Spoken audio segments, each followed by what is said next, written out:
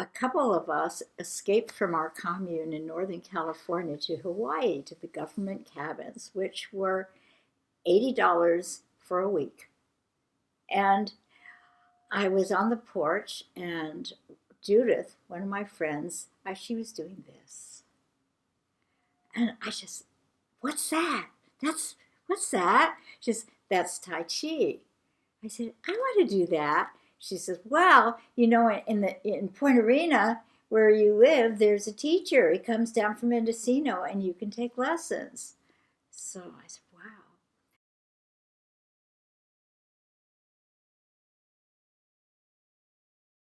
I just fell in love with this slow, beautiful movement. It's like it just called to me, and and I just thought it was so pretty. And I was lucky it was healthy, because if it had been bad for me, I probably still would have wanted to do it because it was so pretty. I was kind of a junkie for it. It's pretty. I love it.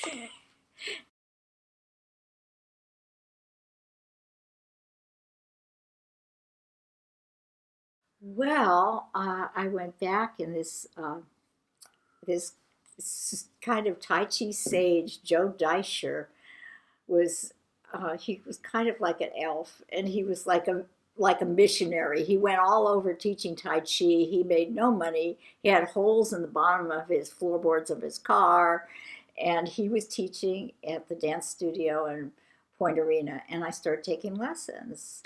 And at first, I wasn't sure. I said, "Well, I'll give myself a week, or not more than." I give myself a month.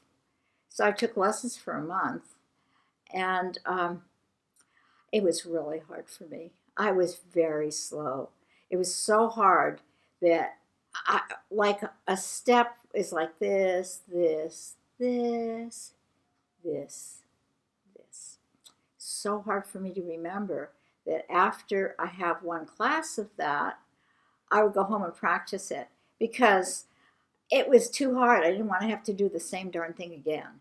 So I practiced every single day so I wouldn't forget.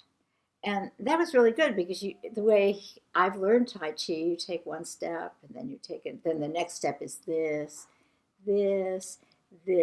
and this. That looks very easy, but it's hard. It's really hard. Your mind says this. It isn't this, and then come around, and then go around again. And so I practiced every single day, because I didn't want to lose it. I didn't want to go back and have to have the same lesson. And I just, well, the funny thing is my friend Judith that had done it, she finished this long form in 6 months. 2.5 years later, everyone in the class had dropped out. And this sweet guy, Joe, used to drive 30 minutes down to Point Arena, and I was the only one in the class. He did this for the last 3 months. Everyone else had either quit or something, and Judith had finished the form. 2.5 years later, I had this beautiful form. It was a Yang style form, as it happened. And I ran into my friend Judith, and she wasn't in the commune anymore, and I didn't see her much. And I said, wow, Judith, I finished Tai Chi. I finished that form now. How's your Tai Chi? Have you been practicing? She says, oh, no, I'm doing yoga. I'm doing Pilates. I'm doing something else. So I always thought, well, I'm a tortoise. I'm really grateful. It was so painful. It took me so long. 6 months for her, 2.5 years for me. And it's 50 years. Actually, this is my 50th year, and I'm still loving it and still finding new insights. In fact, the insights somehow are so elementary, I think I should have learned them 50 years ago. But they keep coming. And I hear people talk about the greater mind, and I never kind of believed that. And then I practice it. All these things come to me. New parts of my body come alive, and I feel more related to the energy ocean, like you're swimming in it. And it just gets better and better. And I always think ballet dancers, they should be taking Tai Chi, because they get to be about 60 and they don't have any fun anymore. And I'm just like, I'm in my 80s, and it's still so vital. It's so much fun.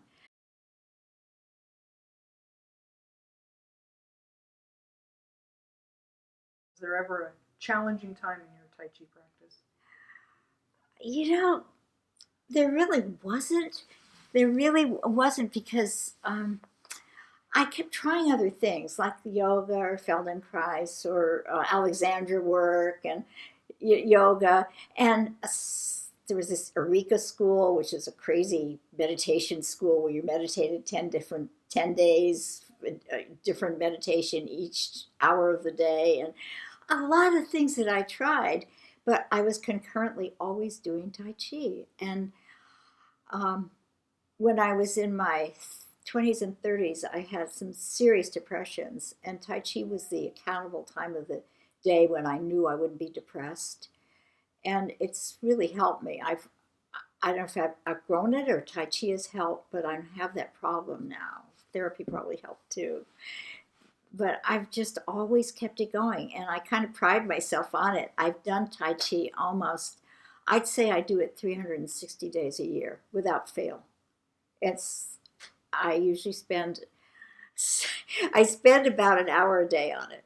And sometimes I hear these real martial artists and they study for 5 hours a day. I swear, if I try to study more, if I try to practice more hours, then I do stop for a couple days. It's like I force myself. I have a routine of, I have a form I do and a few exercises, and usually an hour and a half, maybe 2 hours.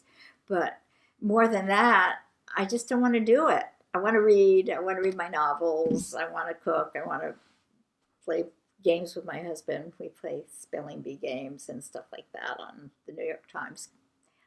And I just so it hasn't been challenging in that way. And other people go on vacation and I say take a picture of yourself doing Tai Chi on vacation. They never do. Well, I'm on vacation. When we go on vacation, I get up before anyone is up and I do it early in the morning, and that's my time, and it's my secret special time. And my favorite thing when my family likes to travel a lot, and I'm kind of a homebody, but they say, "Where do you want to go?" I said, "I don't care. I want a rooftop, or I want a garden, or I want a beautiful vista that I can do Tai Chi, and I'll go anywhere." And so usually they find some place that has such for me. And then lots of times I'll do Tai Chi, and then I'll make a little sketch of that place, and it's like in my heart forever. So um, it's just part of my life, and I teach it. I love teaching it. I think I love teaching it. I don't know if I love practicing more or teaching more. Teaching is less stressful. Sometimes practicing, your critique, I'm not feeling this or as of that. I'm not sure. I could be feeling more. I wasn't aware of my arms. I just could have done more. But with teaching, I just love it. I think, and I've taught from the minute I learned, because I was at a commune. I'd go and have a lesson. I'd come home, and my friends would, "What did you learn today?" And so I'd show them what I learned. And so I've been teaching right from the beginning, and seriously teaching. I was on the commune for about 13 years, and seriously when I got to the city, and I found a place in the YMCA, and I taught there for about 25 years, and loved the YMCA. Beautiful organization, and they got me students because it's really hard to get students. There's a lot of Tai Chi teachers and a lot of different ways to teach Tai Chi. So I was grateful for them for doing that. Then COVID came. I didn't want to be indoors. Tai Chi stopped, and I went back to the Golden Park classes.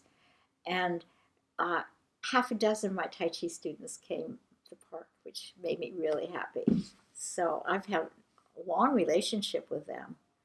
And the new students, and every new student is, I think Martin Buber said he didn't care about reading books because every person he met was as interesting as a book. And Tai Chi is like that. Every person I meet, I kind of fall in love. I try not to fall in love with new students because half the time they come for 3 times and love it, and then you never see them again. So I try to hold back on falling in love, but they're so cute, and they just, they, if they feel the rhythm and they start, you see their face light up. And if they stay for about 6 months, you really see them become younger. You really feel their posture. You feel their face light up. They have more joy. For some reason, I don't know why Tai Chi works like that. So I don't understand why I do it. It's crazy. I'm in the park doing these weird gestures, and I'm there, and people are walking all around, and I say, what am I doing? I'm standing here and I'm loving it, but it seems a little insane when I could be taking a nice walk and seeing the flowers over there and the dogs over here.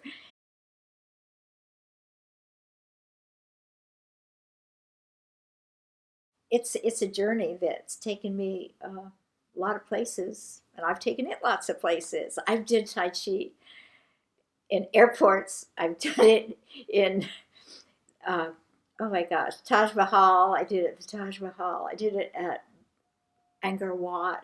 I've done it uh, in the Himalayas.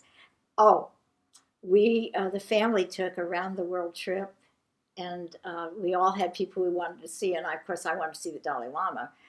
My husband arranged it. I can't believe he did that. He said, I'm bringing a group of, we had a camp at that time, a summer camp. He said, I'm bringing a bunch of campers to Nepal, and then we'd like to have an audience with the Dalai Lama. And of course, it all fell through. It was only us, my three kids, and my husband and I. And I woke up that morning and I did Tai Chi at the Himalayas, and it was amazing because the sun was setting and the moon, full moon, was coming up. And I had an audience with the Dalai Lama. I said, I should just remember this. It doesn't get better than this. I'm gifted for my whole life. I should, never feel bad about anything again. And we did get to see him. And of course, the person that was guarding him says, how come you didn't see him when he was in the United States? Oh, well. So and I remember we all had questions. And I said, how can what is the most important thing that I should remember to do? And he said, compassion. And, he kind of says, well, I think that's true. Uh, and he had it. Well, he shook hands with us. He had a beautiful handshake. And the only person that's ever had that good a handshake was the guy who sold me my red Mustang, my 56 red Mustang, which had a faulty engine which fell apart. I thought that was sort of ironic. So I loved that car, and when I sold it, my friends all said, "You look so good in it." But I went from this adorable red Mustang to thinking, I just want a car that runs, please, that takes me where I want to go.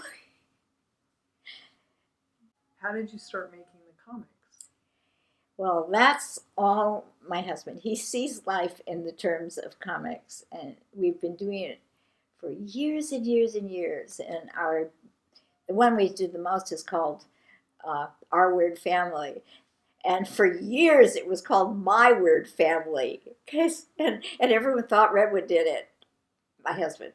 And then I said, wait a minute.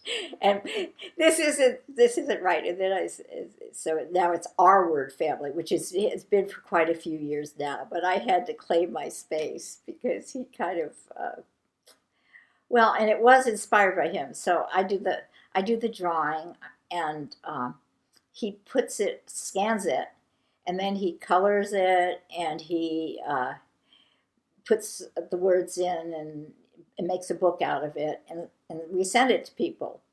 If it was just me, it would lie on my desk, And so it's almost like the Keene family they had a fight over when they divorced, who did it, because someone did the eyes and some did the thing. I don't sometimes know where his stuff ends and mine begins, but I've done the Tai Chi series are online writing, which I'm very proud of, because lots of times he gets the sound bites for the next cartoon, but the Tai Chi series are my sound bites. And I love them. They're some of my just favorite sayings, like just quotes that I pick here and there. Like, one of my favorite ones is, it's a Kabir poem. I think it's Kabir, one of those great Persian poets, is pipe me down, O Lord, note by clay note. play the holes in my heart that swallow love and slowly heal. I thought, oh, I have to have someone playing flute and have that quote.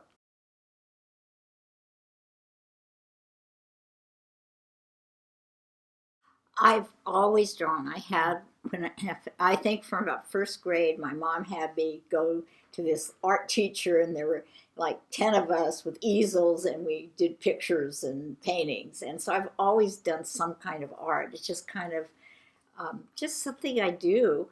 And I hadn't actually done anything for a while. I was an art major for a while in college, and then uh, my husband said, you should do something practical. So I got an early childhood education degree, which I don't know. I like kindergarten a whole lot. We could go around and we could, dance like wooden soldiers or dance like butterflies and, do kindergarten things. But I just didn't make it with the rest of teaching.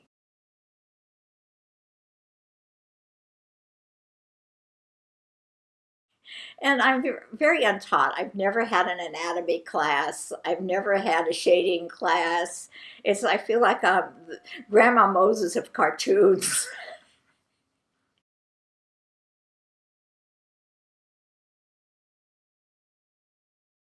Sometimes if I'm in a party and I don't know what to do, I go in the backyard. I love backyards at parties. And then I do just, three of these and maybe a little tiny bit of Tai Chi, and I feel better. I always wish, the thing I wish about parties was that I could just be in the party with all the people there, and while they're there, just do Tai Chi and listen.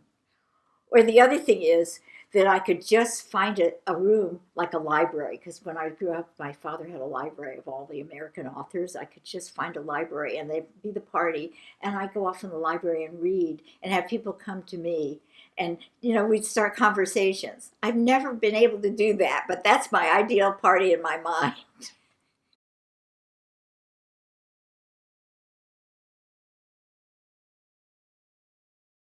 And Tai Chi is it's a deep connection. I have a lot of really wonderful Tai Chi friends that I love dearly, and we don't meet outside of Tai Chi, and yet I feel this strong bond. And I was telling you earlier the Martin Buber quote. Can I give you the Martin Buber quote?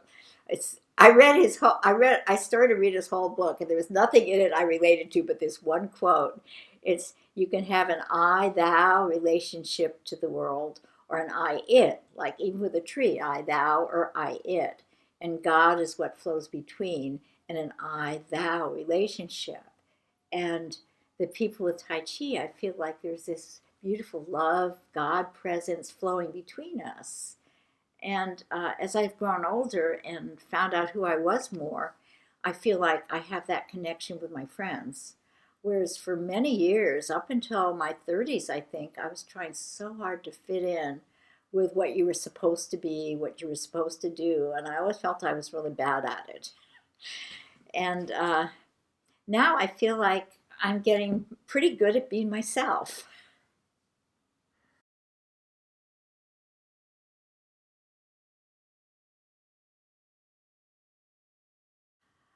Well, this is a quote my first teacher loosely quoted and told me, and it kind of feels it.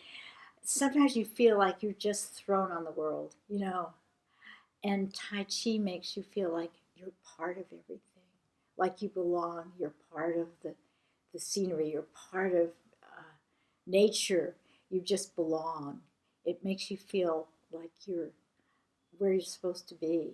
And you're floating through the whole Tai Chi ocean of energy. And it's just beautiful. You feel like you're a wave in the ocean.